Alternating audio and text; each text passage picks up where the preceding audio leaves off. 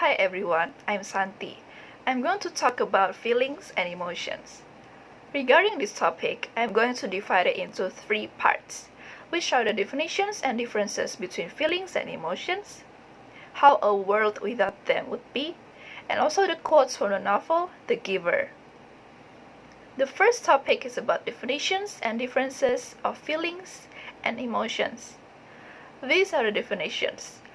Feelings are mental associations that sparked by emotions, ignited by the thoughts and images that have become paired with a particular emotion. Feelings originate from our interpretation of events and sensations, while emotions are complex states of feeling that result in physical and psychological changes. It reacts to thought conscious or subconscious. Science has shown that all emotion is generated in the right brain, along with anxiety. Meanwhile, the differences are: first, feelings are mental. They cannot be measured precisely. Since emotions are physical, they can be measured objectively by blood flow, brain activity, facial expressions, and body stance. Secondly, feelings represent the remnants of emotions. In fact, one of the main differences between emotions and feelings is that a feeling develops little by little. It can even change and be present for days, weeks, months, or perhaps years. While emotions are characterized by being quite immediate, they represent the body's alarm and survival system. The third difference is, since emotions are the main alarm and motivation system we were born with, they are very intense and powerful. The basic and universal emotions include joy, anger, fear, surprise, and sadness. They always move us to either act or stop acting. However, feelings are much more varied and slow. When we feel the emotions of joy, anger, love, sadness, they lead us to reflect on what we can do to stop feeling uncomfortable or unpleasant. Now, imagine a world without feelings and emotions. Will it be for better or for worse? People who think that the world and universe would be better off without them might think about these reasons. The first one, we can free from complicated life. We are equipped with emotions as the emotional centers remain as active. They have their tentacles attached to almost every human activity, and that makes life complicated. They are also the cause of many pleasures and many pains.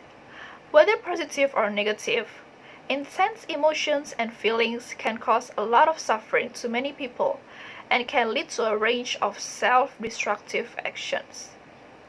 They influence our decisions. They shape our personalities. They determine the size of our social networks. They affect the quality of our lives. And when they are left unsupervised, they cause trouble. However, if you look at a different view, living in a world without feelings and emotions will mean living in a world that is worse than now. Because we will be looking at a very dull world.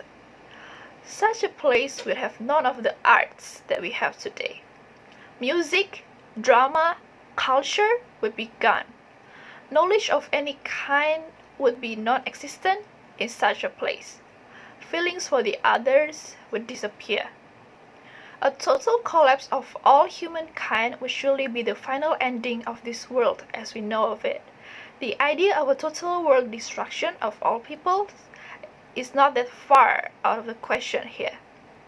It could and surely would end all types of life on this planet to date, leaving it empty and devoid of any emotions. Next, I will analyze about feelings and emotions from the novel The Giver. The first quote mentions about feeling the emotions of love that Jonas just discovered from The Giver. This new feeling of love makes Jonas come to realize that everything he has supposedly felt in his entire life has just been words assigned to the shadows of emotions. By experiencing this feeling of love, Jonas finally has a concept of what it means to feel true bonds between people, unlike anything the strictly divided social system of the community in the story allows. This powerful emotion of love will ultimately fool Jonas to want to leave the community and release his memories, so that the people that he feels love for will one day understand what it means that their feelings have been restricted, and perhaps reciprocate love for him as well. The second quote is about feeling the emotions of anger. After feeling the true emotions of anger, Jonas realized that it would be a different feeling from what he thought anger would be. And he was angry he could not change the life of the others because Jonas badly wants to share those emotions and memories with the people he comes to realize that he loves. But he realized that he has no power to share the feelings with community members, because they are completely satisfied with their current existences, and they have no comprehension of what any other life could be. And the third quote is taken from the ending part of the story. When Jonas and Gabe are freezing because of the snow, Jonas begins to see flashbacks of many memories, sliding down a hill on a sled into a warm room of colored lights, where the family that first taught him love is. In this quote, Jonas begins to hear something he has never heard before, but he knows the word from the giver: music. Because memories endure forever, Jonas can hear people doing what he assumes to be singing from long ago, through distances of space and time. By escaping the community, they see, they feel, and hear more than they ever would be in a lifetime, and in the sameness. This final experience for both boys, feeling the emotions of love, happiness, and music, is something that is worth sacrificing their sterile life for. Finally, for the conclusions, I think emotions and feelings are the two factors that make us feel alive. Because as a human being, I do not know the purpose of living if we cannot feel the beating of our hearts, the warm feeling in our chests whenever we are happy, or even the suffocating feeling because of the pain that is buried inside of us. All of the positive and negative emotions and feelings are also the two factors that can establish balance in the journey of our life. These are my references for the presentation. Thank you for listening.